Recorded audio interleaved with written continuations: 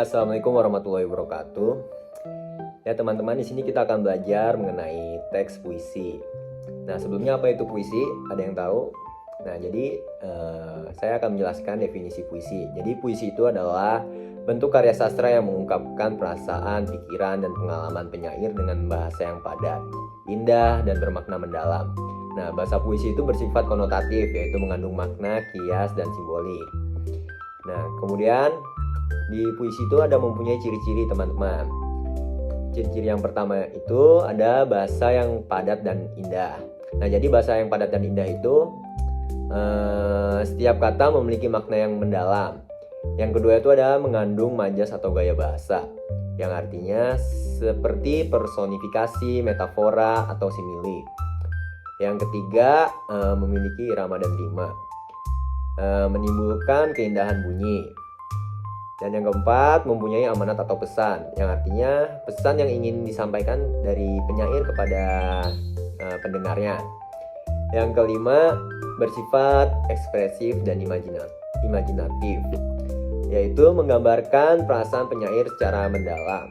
Jadi seorang penyair itu mengungkapkan isi perasaannya itu melalui sebuah puisi. Begitu teman-teman, itu adalah yang ciri-ciri dari teks puisi. Di teks puisi juga ada unsur-unsur puisi teman-teman, dibagi menjadi dua. Yang pertama itu ada unsur fisik atau yang bisa disebut dengan unsur struktural. Yang pertama itu dari unsur fisik itu ada bersifat ekspresif dan imajinatif. Yang kedua ada rima atau irama. Yang ketiga itu ada tipografi.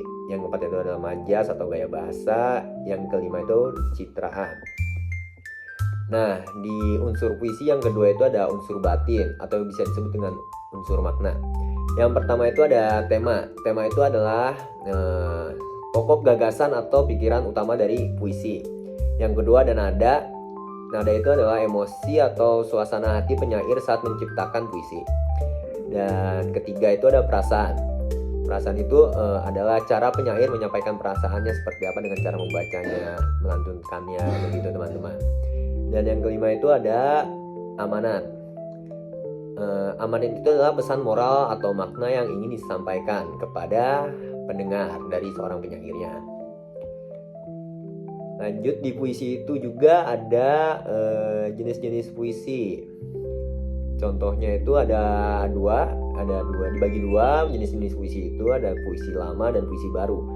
Nah, puisi lama itu yaitu adalah suatu puisi yang terikat oleh aturan seperti jumlah baris, rima, dan bait. Nah, di contoh puisi lama itu ada seperti pantun, syair, dan gurindam, teman-teman. Kemudian yang kedua itu ada puisi baru.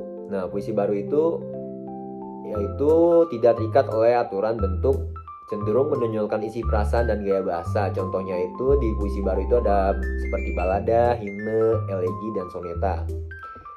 Nah, saya akan memberikan contoh dari puisi lama. Saya akan mengambil contoh dari gurindam, yaitu yang berbunyi menyadarkan manusia agar mengenali diri untuk mengenal sang pencipta. Seperti itu gurindam ya, seperti syair seperti itu gurindam. Dan puisi baru contohnya itu seperti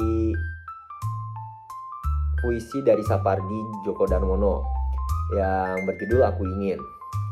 Ini harus membacanya itu memakai rima dan irama supaya pendengar itu bisa tahu apa yang disampaikan oleh seorang penyair tersebut. Aku ingin mencintaimu dengan sederhana, dengan kata yang tak sempat diucapkan kayu kepada api yang menjadikannya abu. Nah, seperti itu teman-teman dari contoh dari puisi baru yang bertema Aku Ingin karya Sapardi Djoko Darmono. Nah, sekarang ada lagi contoh dari puisi karya Sapardi Djoko Darmono juga teman-teman. Nih saya akan memberikan satu contoh juga untuk puisi baru yang berjudul Kuhentikan Hujan. Kuhentikan hujan, kini matahari merindukanku, mengangkat kabut pagi perlahan. Ada yang berdenyut dalam diriku, menembus tanah basah, dendam yang dihamilkan hujan dan cahaya matahari. Tak bisa ku tolak, matahari memaksaku menciptakan bunga-bunga. Sekian, itu karya dari Sapardi Djoko Damono. Segitu saja teman-teman pembelajaran kita kali ini dari teks puisi. Wassalamualaikum warahmatullahi wabarakatuh.